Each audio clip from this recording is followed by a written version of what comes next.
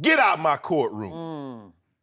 I know you upset about it. Sound like a cowboy hater. No, to me. Skip. That's what it Skip, sounds see, like. And I get a lot of people out there are cowboy haters. You trying to paint me. You trying to paint me as that. But I told you what was going to hurt more. I say soon as Zeke start to eat, it's going to hurt really bad because he went for 140. Now he went for 150. And he's starting to look like that old Zeke Elliot that we saw last year. That old racehorse that ran long and hard last year. It's over 1,600 yards. Led the league in rushing. All pro. Pro Bowl. He's starting to look like that. Even better than last year, and just like that, abracadabra. Abracadabra. So you have zero sympathy for Ezekiel Elliot. It's not, no. Joy, I want to know what you think. I don't care what she thinks Joy, or any Article 46 says. Joy, what does Shannon Sharpe think? Joy said, in his heart of hearts. You have any sympathy? I think you've expressed sympathy on the show Zeke is set to miss 6 games. Shannon, how will this play out? She didn't ask me that I have sympathy.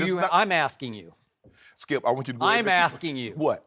Do you have any sympathy for this young man and what he's going through? I told you I would fight it. You didn't tell me anything. I did. I said Zeke should fight it. I have a problem with it. Thank you. But it's Article 46. They agreed to it, Skip.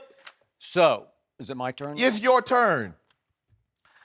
I'm outraged over this. I'm sickened by it. I am disillusioned by it. And Ezekiel Elliot and his legal team has spent hundreds and hundreds of hours and God knows how much money fighting this.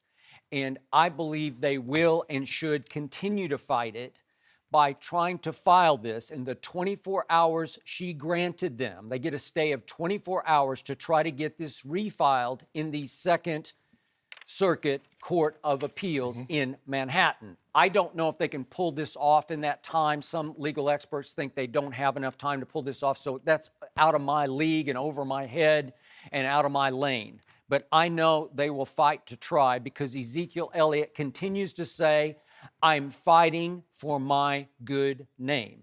And I do think that Shannon Sharpe in his heart of hearts has some sympathy or even empathy for that. Absolutely. Skip, but I told you that, Skip. I don't, because once the 2 police departments set it aside, I thought that the NFL should have left it alone. But that wasn't what they decided. And when you make your point, I'll get back to it and I try to explain why. Okay. So I believe this has taken a whole lot out of Ezekiel Elliott. Once again, he had to fly all the way to New York yesterday on their quote-unquote day off. Well, he stayed in Washington. He didn't fly back with the team. He stayed. But I'm saying, now you got to fly back. And, right. And it's just, it takes something out of your psyche. Of course. Because he had to go to court in Texas. Now he's going to court in New York. And he might have to go back to court in New York if they get this refiled. And I believe it has already taken its quote-unquote pound of flesh out of his psyche because he has not been himself until the last couple of games, as you indicate. But I believe he has to keep fighting because his owner wants to keep fighting. And his owner is as outraged as I am. And again, I'm going to restate my position. I believe he has been railroaded into a 6-game suspension without conclusive proof or evidence by an accuser without, dare I say, strong credibility. And I believe the NFL clearly wants to make a statement here. They want to show in the wake of the Ray Rice fiasco that they're doing everything in their power to stamp out domestic violence, and they have seized upon an incredibly popular young breakthrough player, Ezekiel Elliott, to make him the face of their new zero-tolerance domestic violence policy.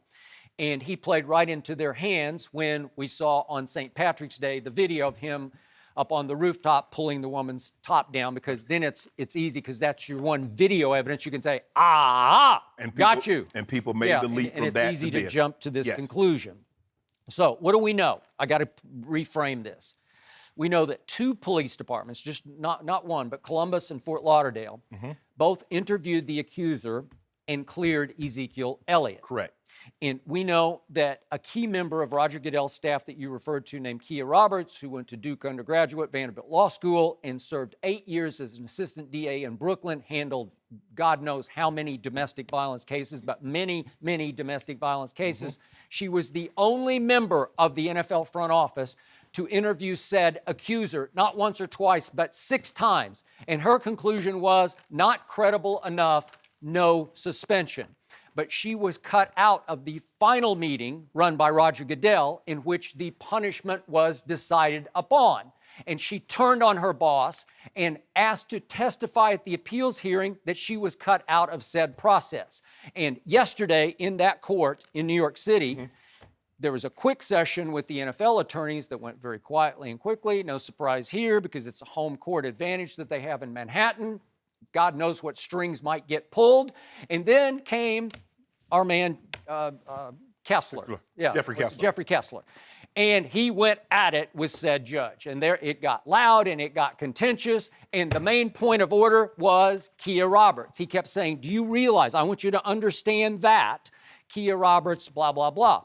Okay, so this could be operating with said judge. This is my 2 cents from a distance. It's just a guess. But it's very possible that a little or a lot of this played in her decision. In no way, shape, or form could she come across as looking like she was defending or supporting or condoning or tolerating domestic violence. I just think that operates when you have a female judge. And I get it. I respect that. Because in no way, shape, or form could she come across as looking like, wait a second, you're giving in to a young black man who's accused of domestic violence. It could be a bad look for her going forward, right? So I'm going to say a little of that is operating. But I'm going to remind you that the Texas judge, remember it got filed first in the state of Texas, named Amos Mazant. And he ruled right away, he took one look at this and he said, number one, the question before the court is merely whether Elliot received a fundamentally fair hearing before the arbitrator. The answer is he did not. This is the Texas judge. And then he also made a strong point that focused on Harold Henderson's ruling that failure to have Roger Goodell or Elliot's accuser testify at the appeals hearing. And you said, well, Article 46. But again, he's just being a judge. He's dealing with a citizen of the United States and looking at, did he get a fundamentally fair hearing? And this judge said no. But the NFL was able to jump in and say, gotcha again, because you, NFLPA, filed too quickly. You filed before the appeals hearing had even concluded, and you got this in your jurisdiction, which was the state of Texas. So we say no, we're going to get this moved. So they had to go to New Orleans to get it moved. So it just started up last night because she was on vacation. So she comes back and in one day and agrees to the NFL's request to expedite this and get it finished in one quick day. She just looked at it last night and said, boom, no. And her response, and you read most of it, but she said that this was a fundamentally fair process and that Ezekiel had ample opportunity to challenge the initial findings in the arbitration hearing. Really? So one judge says way over here, and this judge says way over here. Well, which is it? And Jerry Jones is so outraged that he said, this was on Sunday night, Jerry Jones says, what is important is that Ezekiel Elliot gets a fair shake. Zeke in no way, by any standard in this country, has done anything wrong. He's talking about him as a United States citizen. Jerry went on to say... Oh, now he cares about rights of United States citizens? Well, okay. Oh, now he cares, Okay, George. now I'm asking you the same question because you're being a little hypocritical here, too. So Jerry went on to say, we in the NFL don't have the system in place for this, and we're trying to make one up in a few short months, and it's got too many ways to not be fair to a person like Ezekiel Elliot. Oh, a person like a Dallas Cowboy. Judge, what's the name again, Skip? Fala? Mazant? Oh, no. Fela. Fela. Yeah. Judge Fela. Yeah. And please allow me to read this and what she said. And this is verbatim. She writes, court should not superimpose extra contractual definition of fairness in arbitration beyond the actual standard and procedures for which the parties bargain. Further, judges emphasized that the court should not vacate arbitration awards, which he refers to Harold Henderson, upholding the 6-game suspension, even if the arbiter committed serious errors. In other words, even though it's flawed, even though it's unfair, you knew that at the time of signing the contract and you signed it anyway. That is what she said. Yeah, but at some point, a judge can supersede Article 46 by saying, you know what, NFL? I'm sorry, but your whole process is fundamentally unfair when you're going to condemn this young man as a a violator of domestic violence, right? And you know why? Here's why the NFL did what they did when they didn't have to hear from the accuser. Because they didn't want what happened in a normal standard case of domestic violence. Let's just say the guy's worth 30, 40, 50 million dollars. He pays her not to show up to court. When they don't show up to court, Joy, in a normal domestic violence case, what normally happens? Gets dismissed. And the NFL didn't want that to happen. So on one hand, they don't take the alleged victim testimony. They don't hear from her directly. But if you go to court, Skip, if you go to a normal court, if she says, well, he did this, we get ready to go to court, all of a sudden she doesn't show up, the Greg Hardy case, the NFL says, we don't want that anymore. So we don't need to hear from her. So we're going to take it upon ourselves. They did hear from her 6 times. Director of investigations. No, I'm saying, you're saying he deserved the right to cross. No, Commissioner Goodell didn't hear from her. Kia Roberts heard from her. And judge is also saying, he doesn't have to put any more weight into what Kia Roberts What does it tell you that Kia Roberts was not invited to the final meeting in which the punishment was decided upon? Help me out. What does that tell you? Railroad, that they had already made up their minds. Proof, no proof. Evidence, no evidence. We are going to convict him, in the court of public opinion, of domestic violence because we're going to suspend him for 6 games. As in Article 46, as you keep referencing Tom Brady and this and going back, if it's not in the if it's not in here, well, it's where one thing Kia Roberts has to show up. It's one thing to convict someone of deflating footballs. It's another to make them wear, as you say, the scarlet letters DV. Skip, I get it. I totally agree. But Jeffrey Kessler was also on the NFLPA when they signed this in 2011. They knew it would and this is what I told them at the time. I say, while you're bargaining for petty privileges, guess what? Oh, OTA is going to get pushed back a month. Oh, we don't want lifetime benefits. Oh, we're only going to have 13 padded practices during the season. So guess what? Roger Goodell goes back and he tells the owners, guys, they did not ask for lifetime benefits. This is what they want. I get to keep all this power, and they don't want lifetime benefits. All they want is 13 padded practices during the season. They want 1 a day in training camps, and they want to move OTAs back. And the owner said, hold on, wait a minute. You mean to tell me you can still be the judge, jury, and executioner? We don't have to give up lifetime benefits, and all they want is this? Roger Goodell, why are you talking to us? You better get back there and sign this.